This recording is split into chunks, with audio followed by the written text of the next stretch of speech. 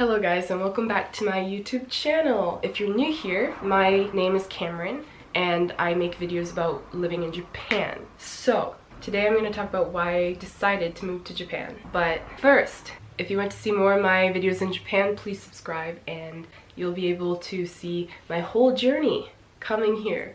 All of the mishaps, all of the good times. Please subscribe. Why I decided to move to Japan. Well, we have to go back to the very beginning.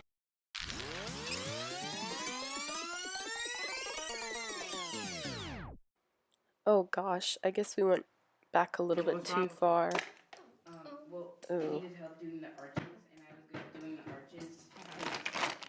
But, Alright, let's skip to 1 year after this. Ah yes, the correct year.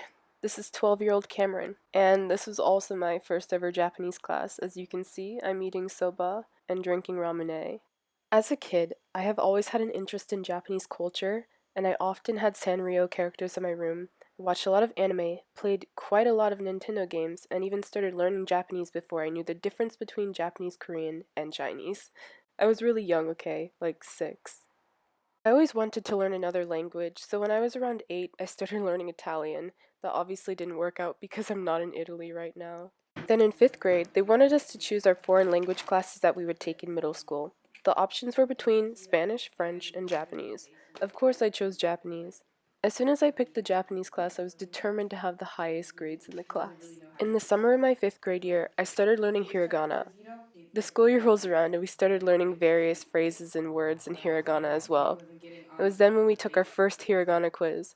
I studied and I was so confident that I would do well. Well, after a few hours of studying hiragana, katakana, and some kanji, I thought I would have a really good grade on my hiragana test, but actually I got a 60% on my first test. I recently looked back at my first test and I found out that I wrote a lot of the hiragana characters backwards, so there's that.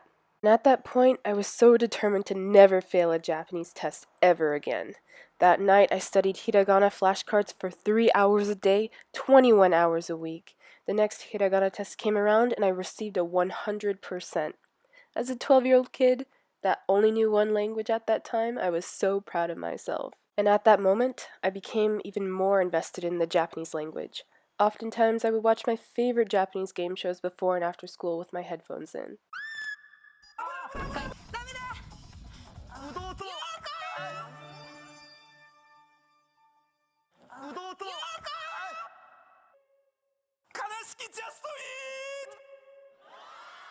The Japanese language became my sanctuary in an area where my insecurities were at an all-time high, and my peers would make fun of my looks because of the way I would dress in my tomboy attire. But no one, I repeat, no one could interrupt me during my Japanese game show time. I would not allow it.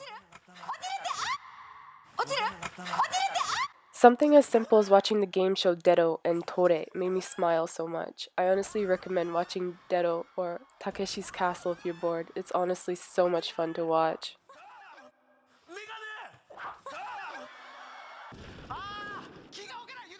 My middle school Japanese teacher always had trips to Japan every single year with her and her students. At the time, I could never go because my family could never afford it. I would always feel left out and a bit sad because I've never been out of the country nor practiced my Japanese in Japan. Little did I know a miracle would happen. So moving on to 8th grade, my middle school Japanese teacher was chosen to do a study abroad program with her and her students called the Kakahashi Project. It was a 2-week exchange with 2 different Japanese high schools, one in Tokyo and one in Fukui. But here's the catch. Everything was free. The plane ticket, the hotels, the food, everything. The only requirement for the free ambassador trip was to write an 800-word essay. Only 800 words. You bet your butt once I found out about this that I started writing my essay immediately. I submitted my essay and my teacher would tell us if we were accepted through sending us an email. I was so anxious for that whole week I started researching so many things about Japan. I was going absolutely crazy, okay? The results came in on the email and it showed all the names that were accepted. I looked down the list, saw my name, and cried. I went to my parents and showed them the email and they were extremely happy for me. One of my first dreams finally came true. So in July of 2014, I finally went to Japan.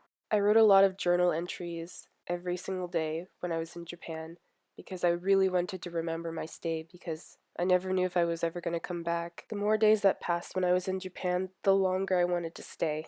It was only a 2-week trip, so we couldn't stay there that long, and we had a tight schedule by the Kakahashi project. A lot of our days consisted of traveling to the different schools and going to the different schools and even attending a few classes. One of the classes that I was put in was a chemistry class in Japanese. Let me tell you, that was so difficult for me. At that time, I didn't know very many kanji, so it was really difficult for me. After my first trip coming to Japan, I made so many awesome connections and I experienced so many things. It made me so excited to want to come back, and I couldn't wait for my next flight back home just to come back to Japan. Moving on a little bit further, I started high school and continued taking my Japanese classes. I was so determined to learn Japanese. Each day was a challenge, and the grammar only got harder and harder each year. I took an AP Japanese class too. Okay, let's move on. In my sophomore year of high school, I really wanted to do an exchange program to Japan. I wanted to go back so badly, but I didn't have the funds for it. Of course, I would have done anything to go back to Japan, but there weren't many options for me. So moving forward, we had a temple administrator come to our Japanese class and try to convince us to study abroad. I started my application so early that I couldn't turn it in because I didn't have my SAT scores yet. I met with an administrator from Temple about 3 times, and he came to my school just so that we could talk about Temple and the next steps to get there. Mr. Evans, if you're watching, thank you so much for your help. Without your help, I think it would have been extremely difficult for me to get accepted to Temple. So moving on, I was still in high school in 2018 and I was working on a Japanese speech contest with my teacher. They hold it every year at Mercer University in Georgia, and I honestly really wanted to win so badly. I planned with my teacher for months prior to January. I memorized my script, and it was definitely tough. My speech topic was called Watashi no koe o mitsuketa. Today is the day that I do my speech, and I'm gonna do so well, like it doesn't even matter what anyone else thinks, because it's my time for me to shine. So even if I do mess up, it doesn't matter, because I tried my best, and that's all that matters. So, 私は遠くにいる間、ずっと不安を感じていました。足が震えたり、ドキドキしたり、体温が上がったりします。As a person with extreme stage fright and fear of public speaking, I felt that this was the best topic for me to speak about. I talked about my struggles walking throughout the hallways in school, the fear I always felt as if people were judging me, how suffocating it was just to be at school. It was extremely difficult for me, and at the time, no one really realized. The only thing that gave me relief was my Japanese class. I found my voice in my Japanese class. I performed my Japanese speech in front of about 60 people or more in the auditorium. I was so scared, but I realized that at that moment I was doing something I loved and enjoyed, so I felt my anxiety wash over like waves crashing on a beach. I saw both of my parents in the crowd, and even though they didn't know what I was saying, they felt my words.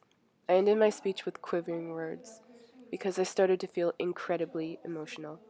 The end of my speech goes, 日本語じゃなかったら、こんなスピーチをできなかったと思います。日本語じゃなかったら自分の気持ちを伝えられなかったでしょう。ですから日本語を勉強し続けて本当に良かったです。自分の気持ちを伝えなかったでしょう。ですから日本語を勉強し続けて本当に良かったです。日本語のクラス I received third place in the contest and was the first high schooler to place in the top 3. I felt that was a great note to end my high school career on. The fact that I even placed made me so happy.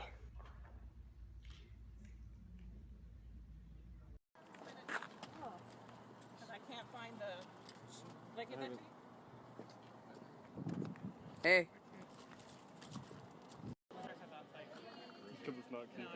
I have won third place in the speech contest, and I got this beautiful certificate.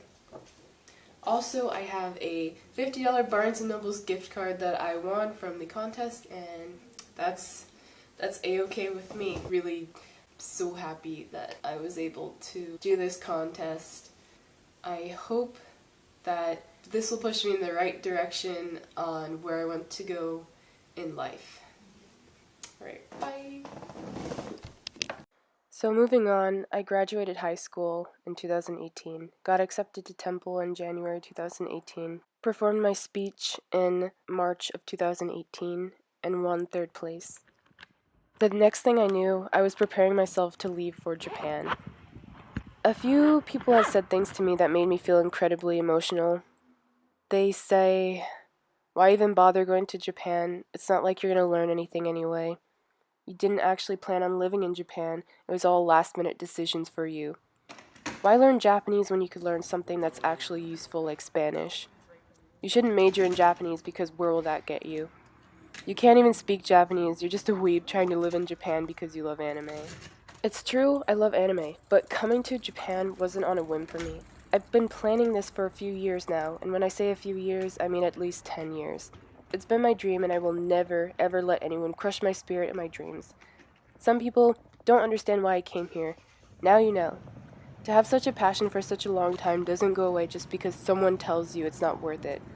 I'm so glad my family stood behind me in my decisions in life, because anyone who was against my dream was completely insignificant to me.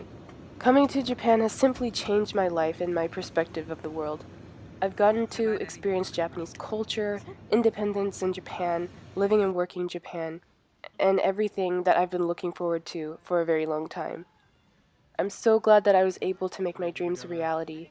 And if you're looking to study abroad in Japan or live in Japan, please don't give up on your dream. It's all worth it in the end. Thank you so much for watching, and I hope you enjoyed my video. This video is pretty emotional for me to make because a lot of people try to cut down other people's dreams for no reason, and I don't see a point to why to do that. You should support anyone regardless, and I'm just really glad my family decided to stand behind me and support me along this whole way. So thank you, family. I really love you guys. And thank you for watching this video. I hope you enjoyed it.